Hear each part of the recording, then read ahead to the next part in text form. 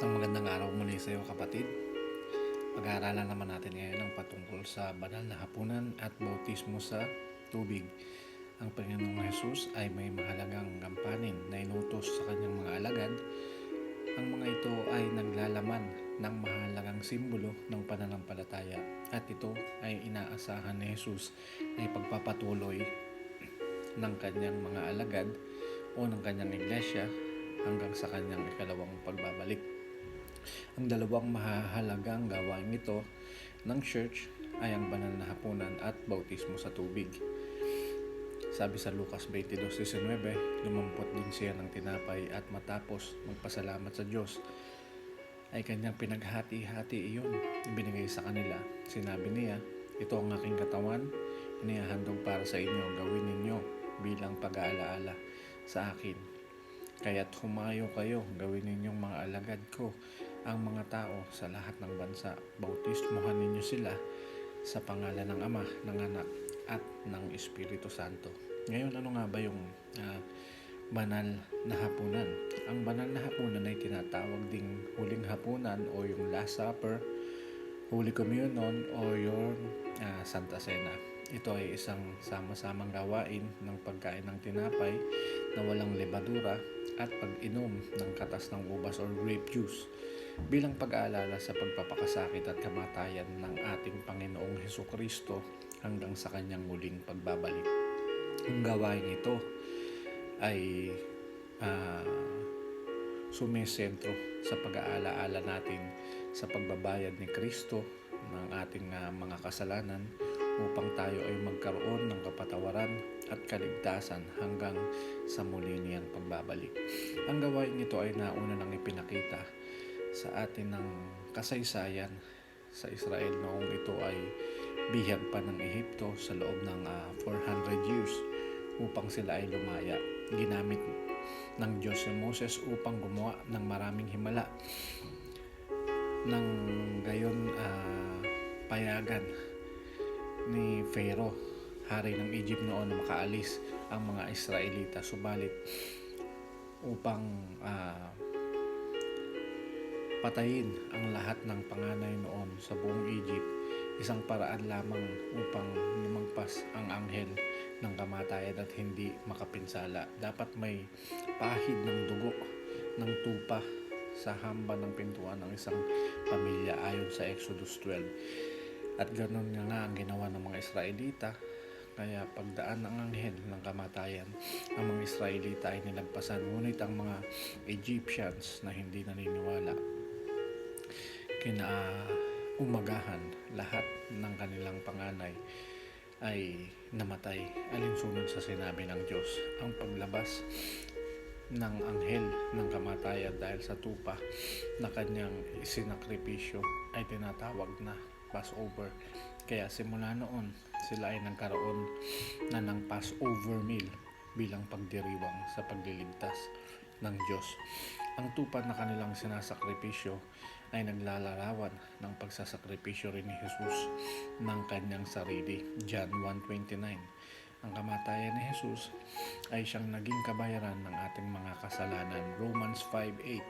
Kaya naman, sa pag-participate natin sa communion, ating ipinahayag ang paglagpas ng kahatulan ng ating Diyos sa atin dahil sa buhay na isinakripisyo ni Jesus. Sabi sa John 5:24, pakatandaan ninyo, ang nakikinig sa aking salita at sumasampalataya sa nagsugo sa akin ay may buhay na walang hanggan. Hindi na siya hahatulan, kundi nakatawid na siya sa buhay mula sa kamatayan. Ngayon, sino ang dapat tumanggap nito? Ang mga nananalig kay Jesus nang ito ay pagpatuloy gawin ng mga alagad, mga kapwa mananampalataya rin ang lumahok sa gawain ito. Kaya ang mga gawain ito ay para lamang sa tunay na nananampalataya na nakakaunawa ng simbolo ng tinapay at ng grape juice. Kailan ito ginagawa? Maaari itong gawin anumang araw, basta ang prinsipyo ay sabay-sabay na gagawin ng mga mananampalataya ayon sa 1 Korinto 11,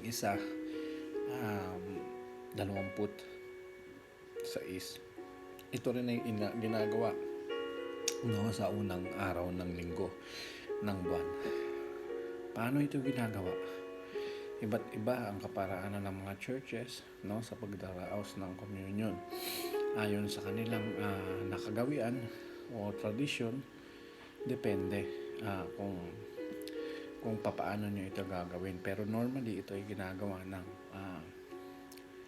pagkuha ng tinapay at ng grape juice,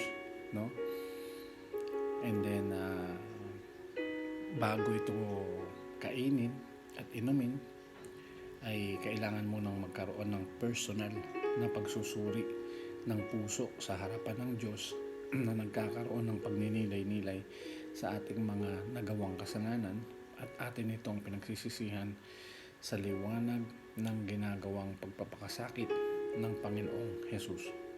Ang tunay na pagpapahalaga sa ginawa ng Kristo ay makikita sa pagsisisi ng mga kasalanan. Ang taos-pusong pagsisisi ay nakahandang iwan at talikdan ang kasalanan at itinituwid nito ang likong mga gawain. Sino ang dapat tumanggap nito? So yung mga tunay na mananampalataya ni Jesus. Noong ginawa ito ng Panginoon, ang kabilang sa gawain ito ay ang mga alagad niya. Sabi sa Luke 22:19, nang ipagpatuloy ito ng kanyang mga alagad, mga kapwa mananampalataya rin ang lumahok sa gawain ito. 1 Corinthians 11:23-26. Kaya ang mga gawain ito ay para lamang sa mga tunay na mananampalataya na nakakaunawa ng simbolo ng tinapay at ng grape juice. Pangalawa naman doon ay ang pagsisisi ng mga kasalanan. Ang pagsisiyasat ng sarili ay bunga ng pagsisisi ng kasalanan. Kaya't ang sino mang kumain ng tinapay na ito at uminom sa kopang ito ay sa paraang di nararapat ay magkakasala sa katawan at dugo ng Panginoon. Kaya dapat siyasatin ng tao ang kanyang sarili bago kumain ng tinapay at uminom sa kopa, sapagkat ang sino mang kumain at uminom ng hindi kinikilala ang kahalagahan ng katawan ng Panginoon ay kumakain at umiinom ng kahatulan laban sa kanyang sarili, ayon sa 1 Corinthians 11:27-29. Okay kapatid, so natapos na natin yung sa communion. Ano naman ang bautismo sa tubig?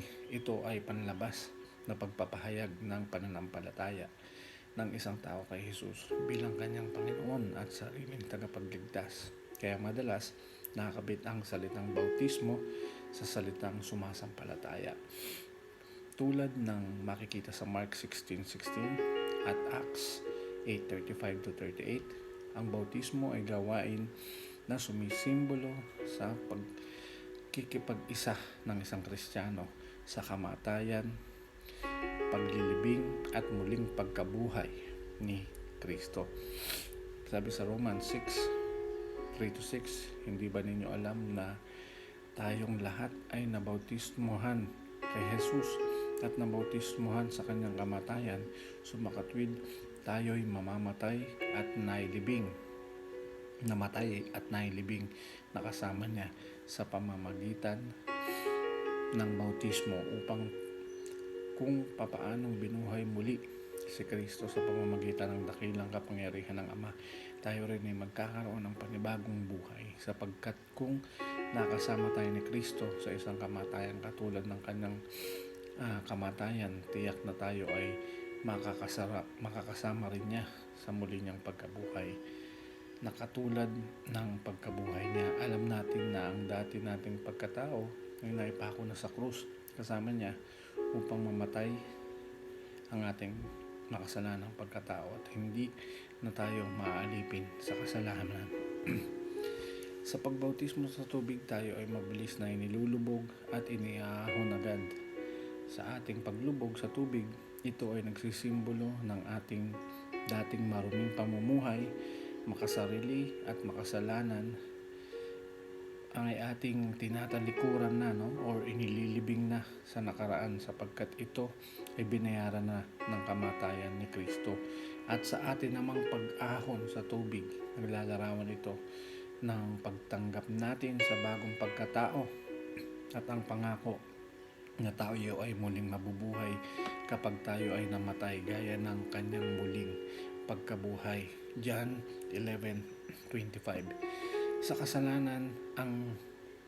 kasalan ang singsing ang example, no, dun sa mga ikinakasal o yung marriage ring na simulang nagsisimbol ng kanilang pag-ibig, kundi ito ay kapahayaan ng pag-ibig nila na umiiral ang dahilan ng kanilang pag-ibigan, kaya sila ay magpapakasal. Gayon din naman ang bautismo, ito ay panlabas na kapahayagan ng pag-ibig ng isang tao kay Jesus. Kaya kung ang isa ay tunay na nananampalataya kay Jesus, walang dahilan upang hindi siya magpabautismo sa tubig. Ito ay utos ni Jesus sa Matthew 28:19, naglalarawan ng mahalagang katotohanan sa pananampalataya. Romans 6:3-6, at ito ay ginagawa mismo ni Jesus at ng kanyang mga unang Kristiyano. Mark 1:9-10, and then Acts 8:38-39. Kailan ito ginagawa? Maaari itong gawin kahit kailan ayon sa pangangailangan. Okay? So, pwede po itong pangunahan, most especially ng pastor, kahit kailan. No? Sa swimming pool or sa dagat man or sa bathtub, pwede po. Paano po ito ginagawa? Ginagawa natin ito sa pamamagitan ng paglubog ng buong katawan, ulo, no? So, whole body po siya na ginagawa po natin. Noong si Jesus ay binautismohan siya, inilubog sa ilog ng Jordan, Mark 1:9-10. Gayon din naman ang mga mananampalataya ay nilulubog din sa tubig, Acts 8:38-39. So, sino po ang dapat mabautismohan? Ang sino mang sumasampalataya kay Jesus, no? Sila yung mga dapat mabautismohan. At sinabi ni Jesus sa kanila, humayo kayo sa buong mundo at ipangaral ang magandang balita sa lahat ng tao. Ang sino mang sumasampalataya at mabautismohan ay maliligtas, ngunit ang ayaw sumampalataya ay mapaparusahan. Mark 16:15-16.